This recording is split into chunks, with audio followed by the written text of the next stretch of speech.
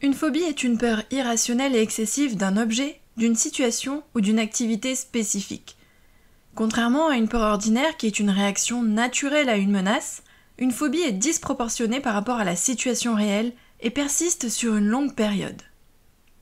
Bonjour à tous et bienvenue sur le podcast Rêve d'auteur. Pour terminer sur le thème des peurs, j'avais envie de vous parler des phobies, ce qui peut être très intéressant à exploiter dans un roman et qui peut donner beaucoup de profondeur au personnage tout en créant de l'empathie chez le lecteur. Dans cet épisode, nous allons parler des caractéristiques des phobies, des différentes phobies qui existent. On va s'intéresser aux causes des phobies, on va se demander comment guérir d'une phobie, et enfin on va voir comment on peut utiliser la phobie dans un roman. Voyons tout d'abord les caractéristiques. Une phobie est donc une peur irrationnelle et excessive d'un objet, d'une situation ou d'une activité spécifique. Elle appelle une réaction totalement disproportionnée par rapport à la situation et elle ne disparaît pas lorsque la situation se calme. Elle reste ancrée dans l'esprit de la personne. Elle a donc plusieurs caractéristiques. L'irrationalité. Les personnes atteintes de phobie sont souvent conscientes que leur peur est irrationnelle, mais elles n'arrivent pas en fait à la maîtriser. Elles éprouvent une anxiété intense lorsqu'elles sont confrontées à l'objet de leur phobie. Et elles peuvent même être confrontées à cette anxiété quand elles se contentent de penser à l'objet de leur phobie. Deuxième caractéristique, c'est l'évitement. Une personne phobique a tendance à faire tout son possible pour éviter l'objet ou la situation phobique. Les réactions intenses. Les personnes qui sont confrontées à l'objet de leur phobie éprouvent des symptômes physiques et psychologiques très intenses, des palpitations, des sueurs, des tremblements, des étourdissements, des nausées et une grande panique.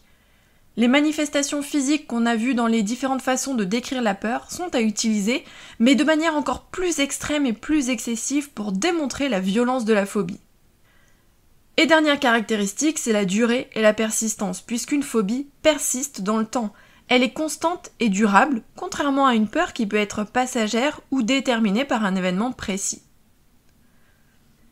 Il existe un très grand nombre de phobies, des plus connues et documentées aux plus rares, voire quasiment inconnues. On peut citer par exemple la peur des hauteurs, l'acrophobie, la peur des espaces clos, la claustrophobie, la peur des chiens, la cynophobie, la peur des araignées, l'arachnophobie, ou encore la peur de l'eau, l'aquaphobie. Bien sûr, il en existe des dizaines et des dizaines, à charge pour vous d'aller chercher ce qui pourrait être utile pour votre roman et vos personnages. Alors quelles sont les causes des phobies ? En fait, elles peuvent être causées par divers facteurs. Parmi les causes principales, on trouve une expérience traumatisante, forcément, si on a vécu un événement traumatisant ou une expérience négative, ça peut déclencher une phobie. Par exemple, après avoir failli se noyer, on peut développer une phobie de l'eau. L'apprentissage par l'observation, on en avait aussi parlé dans le mécanisme de la peur. Les phobies peuvent être apprises par observation, que ce soit des parents, des professeurs, des amis, des proches, etc. Par exemple, si on voit une réaction paniquée chez quelqu'un, par imitation, on peut développer la même phobie. Les prédispositions génétiques, certaines personnes peuvent être génétiquement prédisposées à développer des phobies en raison de facteurs biologiques et héréditaires. Et enfin, les facteurs environnementaux, donc l'environnement dans lequel une personne a grandi, y compris les attitudes des parents et des proches envers certaines situations ou objets, peut influencer le développement des phobies. Ça peut aussi rejoindre l'apprentissage par l'observation et l'imitation, mais là l'environnement c'est vraiment au sens plus large. Vous l'avez compris, les causes sont similaires aux causes des peurs, forcément, ça entre dans la même catégorie, même si avec la phobie on est dans un cran au-dessus, mais la cause en elle-même peut totalement déboucher sur une réaction neutre. Ça dépend de la personne, ça dépend de son vécu, de son passé, de ses expériences, de sa situation, de ses prédispositions, etc. Alors comment on peut guérir d'une phobie ? On peut utiliser diverses techniques, plus ou moins efficaces, selon les personnes et les situations. Encore une fois, ce sont juste des indications, puisque je ne suis pas médecin.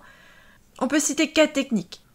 La thérapie cognitivo-comportementale, c'est une forme de thérapie qui aide les personnes à identifier et à changer les pensées et les comportements négatifs associés à leur phobie. Ensuite, on a l'exposition graduée. C'est une technique où la personne est progressivement exposée à l'objet ou à la situation phobique, dans un environnement contrôlé et sécurisé, ce qui aide normalement à réduire l'anxiété au fil du temps. On a les médicaments. Dans certains cas, des médicaments anxiolytiques ou antidépresseurs peuvent être prescrits pour aider à gérer les symptômes d'anxiété qui sont associés à la phobie. Et enfin, on a la relaxation.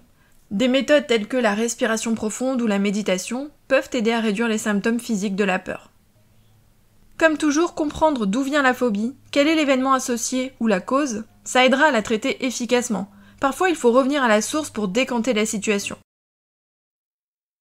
Maintenant qu'on a posé les bases pour comprendre une phobie, comment est-ce que vous pouvez l'utiliser dans un roman ? Que ce soit la peur ou la phobie, le processus est identique. Première étape, il faut évidemment l'associer à un personnage. Pour plus de profondeur, c'est intéressant de lier la phobie à une cause issue du passé du personnage. Il faut lui donner une origine crédible. Deuxième étape, c'est de montrer la phobie. Piochez dans les manifestations physiques et psychologiques. Ne le dites pas, montrez-le. La phobie va créer des scènes émotionnellement fortes. C'est l'occasion idéale pour utiliser tous les outils qui permettent de montrer l'émotion. Les 5 sens et le show don't tell notamment. Faites réagir le personnage, jouez sur son comportement, montrez ce qu'il ressent ou vit. Troisième étape, l'intégrer à l'intrigue. Cette phobie peut être un pan important de votre histoire, être un axe clé et faire partie de l'intrigue principale ou d'une intrigue secondaire conséquente. Mais elle peut aussi être anecdotique et ne servir qu'à quelques scènes, ça dépend vraiment de votre histoire et de son thème. Dans tous les cas, trouvez des situations dans lesquelles cette phobie va pouvoir s'exprimer. Mettez le personnage en situation de panique, d'angoisse, de stress, provoquez-le en le mettant en face de sa phobie. Plus encore, vous pouvez même créer un dilemme qui l'oblige à affronter sa phobie, même si cette épreuve sera éprouvante avec des conséquences importantes à la clé. Exemple, surmonter sa peur panique de l'eau et plonger pour sauver quelqu'un qui se noie. Cette phobie va vous permettre de créer du conflit, donc ne vous en privez pas. Quatrième étape, l'évolution du personnage. Au cours du livre, vous pouvez faire en sorte que cette phobie soit atténuée ou disparaisse. Mais attention, ce n'est pas obligatoire.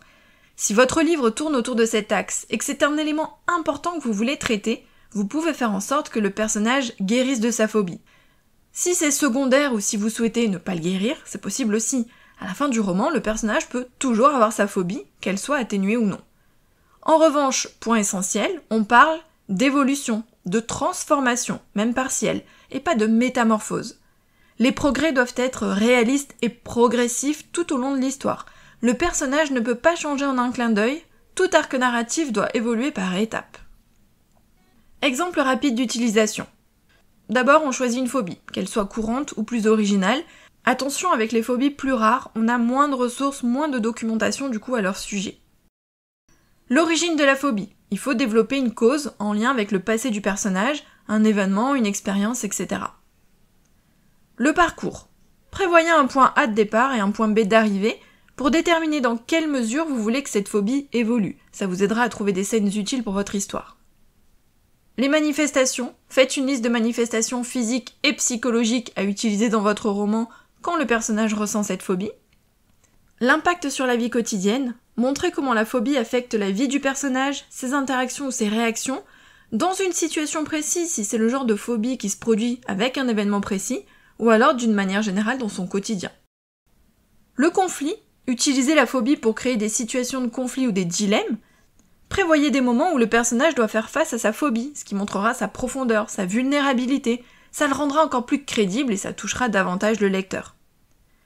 Les réactions d'autres personnages. Incluez les réactions des autres personnages face à la phobie, que ce soit de la compréhension, de la moquerie ou de la frustration. Et enfin, les progrès réalistes. Décrivez les petits progrès et les rechutes pour rendre le processus plus réaliste. J'espère que cet épisode aura été utile. N'hésitez pas à écouter les autres épisodes sur le thème de la peur pour avoir tous les outils nécessaires à l'écriture de la peur dans le roman. Et nous, on se retrouve la semaine prochaine pour un nouvel épisode. Bye!